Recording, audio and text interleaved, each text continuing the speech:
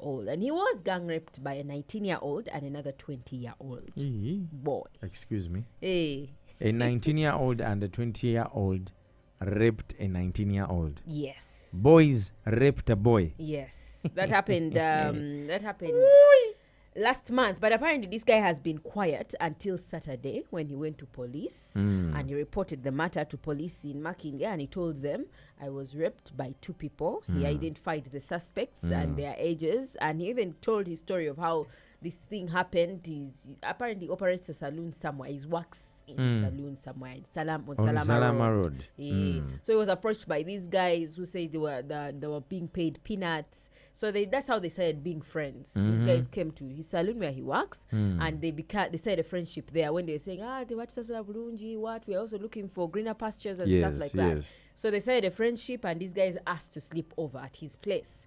And that is when it all went down.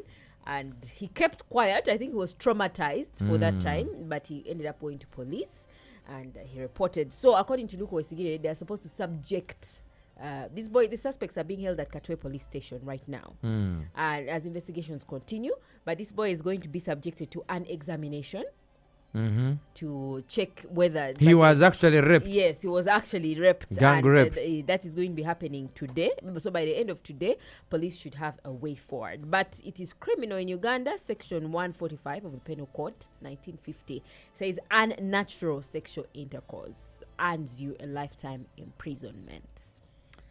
In 2021, I think there were 80 cases that were reported. Gang raping. Such unnatural sexual. Unnatural. Yeah. How many? 80. We are not seated. I know. As we conclude. Now, Ministry of Finance has issued a communication. Yes. To all agencies. Actually, despite the budget for this year, 2023-2024, is over 50 trillion. But the Ministry of Finance is looking to cut expenses at least by 3.7 trillion. So they released this notice prohibiting travel for unnecessary travel or any travel that can be done away with for all government officials. Now, they have only listed a few people that can be entitled to travel abroad. That is the President, the Chief Justice, the Deputy Speaker, the Speaker.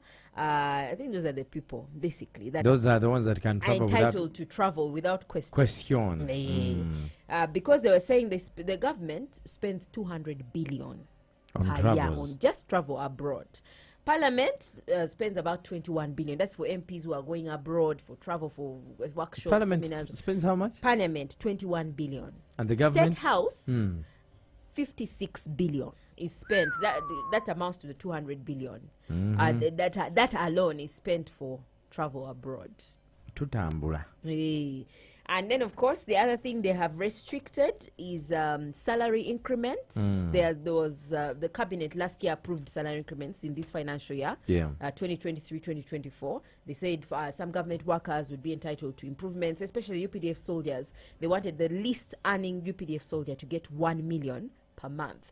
But since the Ministry of Finance has released, there is no salary increment. So we don't expect arts teachers to complain and say we want salary increment.